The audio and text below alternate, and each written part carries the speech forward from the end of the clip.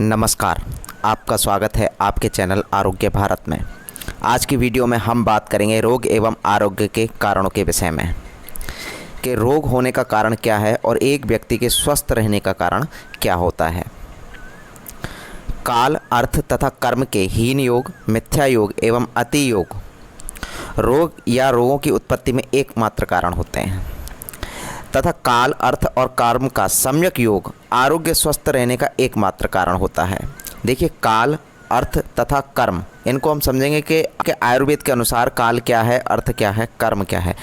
लेकिन आप पहले ये समझ लीजिए, जो काल है, अर्थ है तथा कर्म के जो हीन योग हैं, मिथ्या योग हैं एवं अति योग हैं, उनसे रोग उत्पन्न होते हैं। रोगों की उत्पत्ति में वो एकमात्र कारण होते हैं तथा काल, अर्थ और कर्म का एक सम्यक योग, एक मिला जुला योग आरोग्य एवं स्वस्थ रहने का एकमात्र कारण होता है। अब हम समझेंगे कि आयुर्वेद के अनुसार काल किसको कहा गया है। आयुर्वेद की दृष्टि से ये 3 प्रकार का होता है। इसी को मौसम कहते हैं। इसका विभाजन इस प्रकार किया गया है: शीतकाल, उष्णकाल तथा वर्षाकाल। इन कालों के समूह को वर्ष, वत्सर, संवत्सर कहते हैं।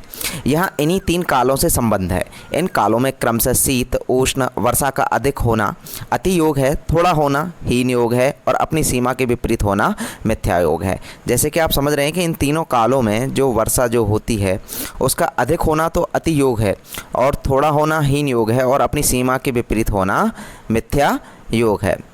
अर्थ का मतलब है श्रोत्र आदि ज्ञानेंद्रियों द्वारा जिन जिन विषयों का ग्रहण किया जाता है उन्हीं को इस प्रकरण में अर्थ कहा गया है। इन अर्थों का अपनी अपनी इंद्रियों के साथ अधिक संयोग होना, उनका अति योग होना, थोड़ा संयोग होना हीन योग है और अनिष्टकारक संयोग होने से मिथ्या योग कहते हैं।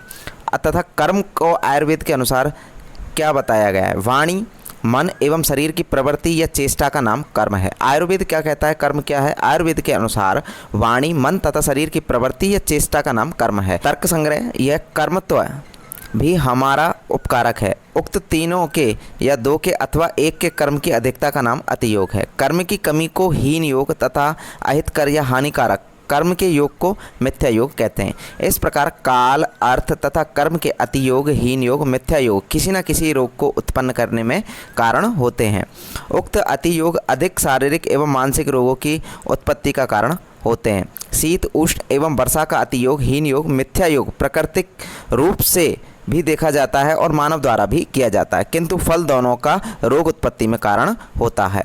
अब समयोग क्या है? काल, अर्थ एवं कर्म का अति योग, हीन योग तथा मिथ्या योग के अतिरिक्त जो समुचित योग होता है, यानी कि काल, अर्थ और कर्म का अति योग, हीन योग तथा मिथ्या योग के अतिरिक्त जो समुचित समन्वय योग होता है उसे सम्य योग कहते हैं।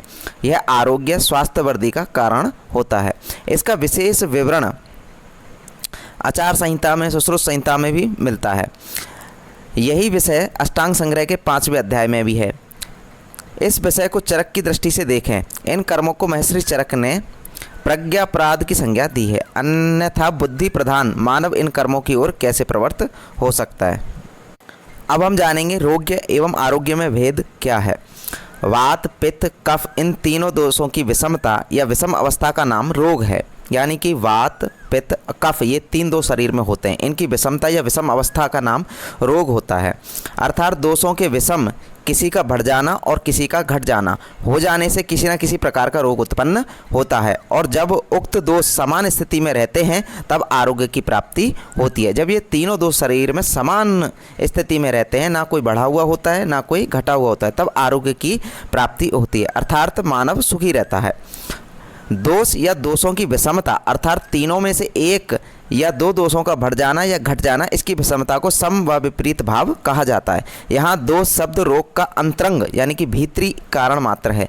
दोषों का सम होना ही आरोग्य है, यानी कि वात, कफ और पित्त दोनों तीनों समान अवस्था में शरीर में रहें तो ये आरोग्य का कारण होता है। वाग्भट संहिता में रोगों के 2 भेद बताए गए हैं। निजागंतो व्यवागेन तत्र रोगा द्विधा स्मतः।